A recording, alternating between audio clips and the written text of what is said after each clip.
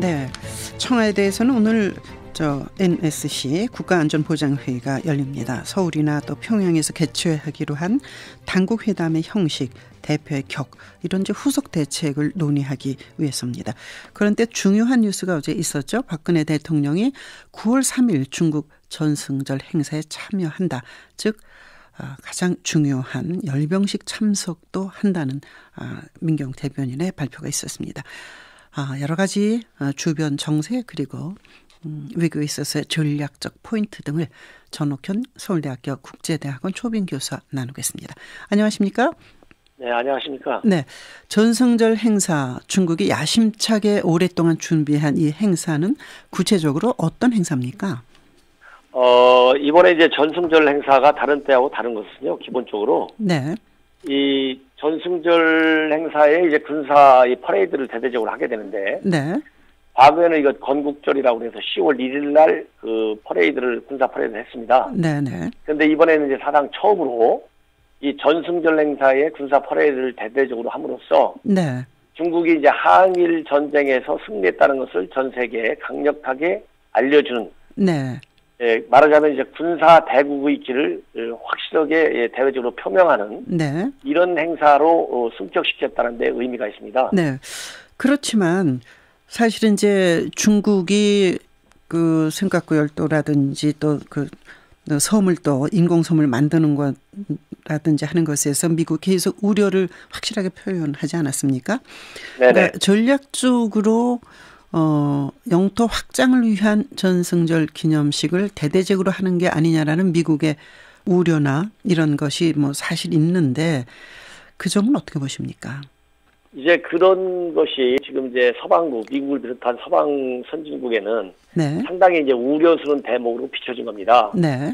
이 말하자면 이제 2012년도를 계기로 해서 중국이 이제 경제적인 측면에서 일본을 앞지르고 세계 제2대 강국으로 등장했지 않습니까? 네. 그래서 이제 G2 시대가 드디어 돌입된 건데 여기에 이어서 이제 군사 강국으로서 군사적인 측면에서도 미국을 대항할 수 있는 정도의 군사 굴기를 하겠다는 의지를 표명한 것이 네. 공식화시킨 것이 이번 열병식이라고 봐도 되고요. 네. 그런 분위기를 만들기 위해서 지금 앵커분께서 말씀하신 대로 네. 이런 그 센카쿠 열도 인근에서의 어떤 그 군사적인 세력 확장, 네. 팽창주의 정책을 강력히 썼는데 네네. 그런 것이 이제 서방 선진국의 상당한 우려와 반발을 초래해가지고 네. 이번에 이제 미국을 비롯한 서방 미국의 우방국들이 대거 불참하는 네. 그런 그 모양새로 바뀌어졌다. 네. 이런 것이 상당히 이제 우리가 네. 중국 전승절을 참석하고 또 열병식에 참석하기를 결정하는데 네. 상당히 우리를 고심하게 만든 그런 중요한 변수였다 이렇게 봐야 될 것 같습니다. 네.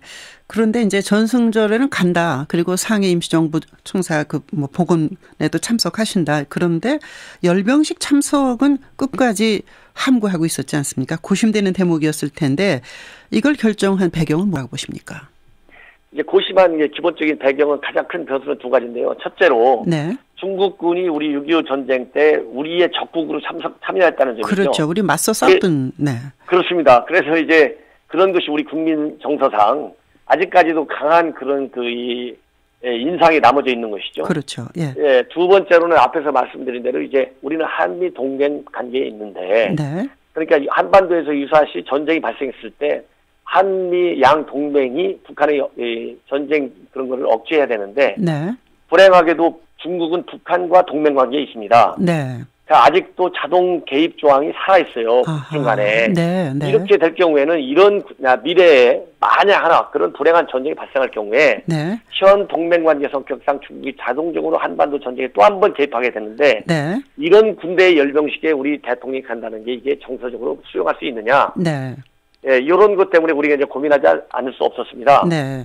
그럼에도 불구하고 우리가 대승적으로 이제 대통령 참석하게 결정을 하게 된 것은 네. 이런 과거 이제 회기형 외교 정책, 외교 이런 방향이 아니고 네. 이제 미래 지향적인 측면에서 한반도의 안정과 평화 그리고 전쟁 가능성에 대비해야 되겠다. 네. 이런 계산이 더 컸다. 즉 무슨 말씀이냐면 네. 네. 이번에 이제 열병식에 참여함으로써 네. 한반도에서의 어떤 전쟁 억지, 특히 이번 그 북한의 지뢰도발 사건을 네. 봤지 않습니까? 네. 그다음에 통일 준비 네. 이런 데 있어서 중국이 협조가 필수적이죠. 예. 그렇죠. 중국의 협조가 아주 절대적이고 필수적이거든요. 네.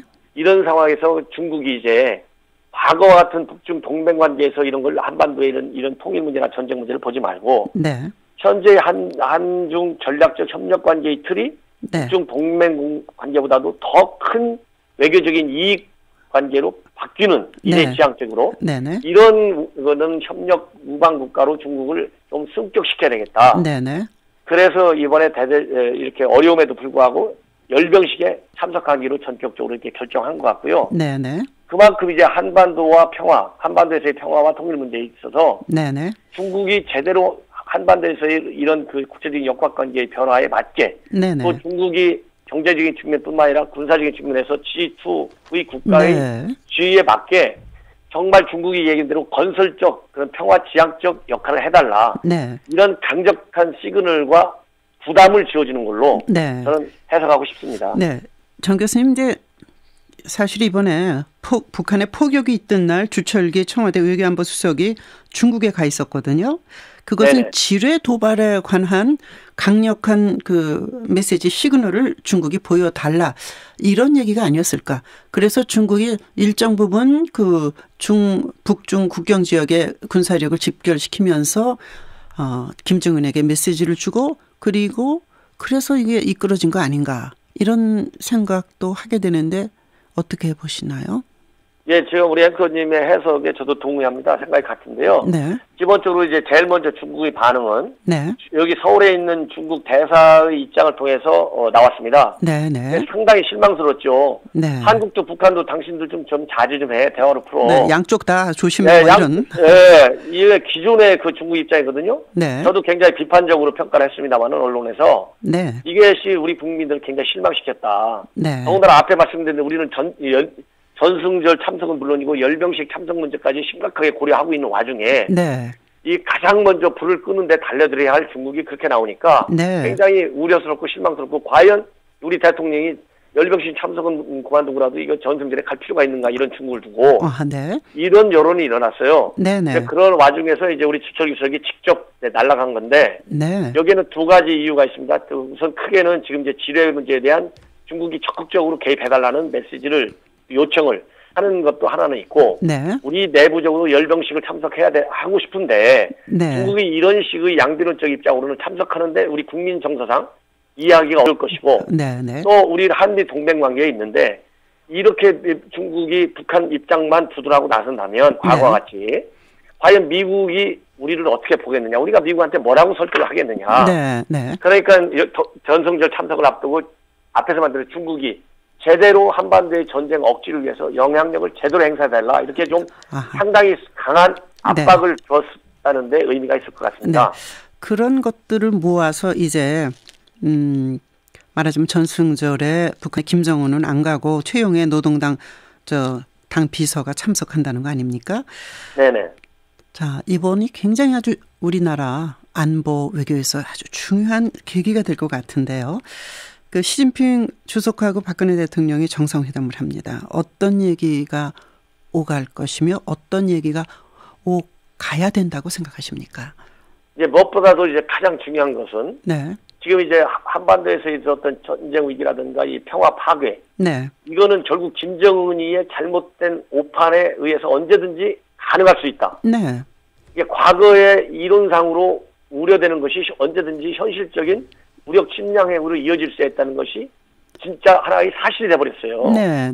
그러니까 과거와 같이 중국이 그냥 이론적으로 상념적으로 양쪽이 자제하라.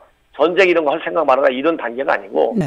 적극적으로 북한의 전쟁 능력을 이제 최소한으로 낮춰주는 실질적으로 네. 이런 데 역할을 해야 되는데 그러기 위해서는 북한의 전쟁 능력 중에서 가장 우려되는 게 핵과 미사일입니다. 네.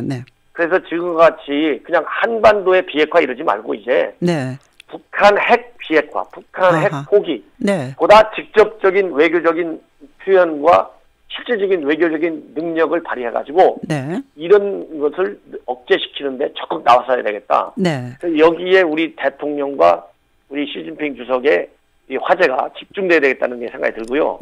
그 다음에는 이제 동북아 이 평화 관리와 안정적인 그런 그 국제 역학관계 유지를 위해서는 한국과 중국 그리고 일본 간의 삼각 간의 우호 협력 관계가 반드시 되살아야 됩니다. 네, 네. 더군다나 이제 우리 대통령이 이제 의장국이거든요. 네. 한일 중 삼각 이런 관계에 현재 의장국 역할을 하고 있는데 네. 의장국의 역할에 맞는 그런 성공적인 한일 중 삼각 정상회담이 개최될수록 중국이 네. 보다 지향적으로 미래 지향적으로 나와야 되겠다. 예.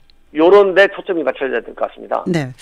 이번에 이제 참 다행스럽게도 남북회담이 잘 됐습니다.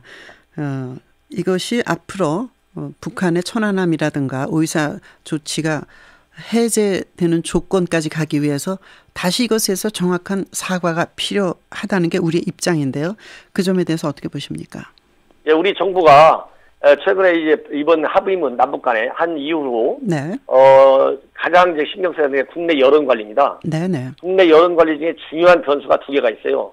이번 합의에 대한 과도한 남북 관계의 정상화, 네. 대화 국면으로의 전환에 과도한 기대를 가져서는 갖게 하는 것은 네. 우리 정부에도 굉장히 부담이 된다. 네. 왜냐하면 북한은 언제든지 자기 마음대로 이거 휴지 조각 만들거든요. 그렇죠. 예. 네, 그렇기 때문에 이번 합의문에 대해서 너무 과도한 기대를 갖지 않도록 여론 관리를 잘해야 된다. 왜냐하면 네. 지나치게 과도한 기대를 갖게 해가지고 네. 남남 갈등이 일어나게 하는 것이 북한의 목적입니다. 네. 네. 그럼 남남 갈등의 촉매제 역할을 할 수 있는 것을 지금 앵커분께서 말씀하신 대로 오이사 제재 조치거든요. 네. 네. 그래서 오이사 제재 대해서는 우리 정부가 확실한 입장을 밝히는 것도 중요하지만은 네. 더 중요한 것은 여당 내에 상당수의 국회의원들이 남북관계를 잘못 이해하고 네. 오이사 제재 조치의 실질적인 효과와 상징적인 의미에 대해서 잘못 이해하고 있는 사람들이 상당히 많다. 아하, 네. 네. 그래서 국민 여론 관리 이전에 먼저 여당 의원들 관리에 철저히 나서야 되겠다. 네. 이런 제가 주문을 좀 드리고 싶습니다. 네, 아주 굉장히 중요한 말씀하셨습니다. 천안함의 46 용사가 그렇게 바닷속에 수장되면서 목숨을 잃었는데 거기에 대해서 제3자적 표현, 동족으로서 유감이다. 이것만 하겠다는 게 북한의 입장인데 확실하게 짚고 넘어가야 된다는 말씀이신데 끝으로 아주 짧게요. 미국의 네. 한반도 전시 상황 전략을 다시 짜겠다. 이번에 북한 보니까 나흘 동안에 보니까 전략이 다 드러났다는 거 아닙니까? 그 점을 어떻게 네네. 보십니까?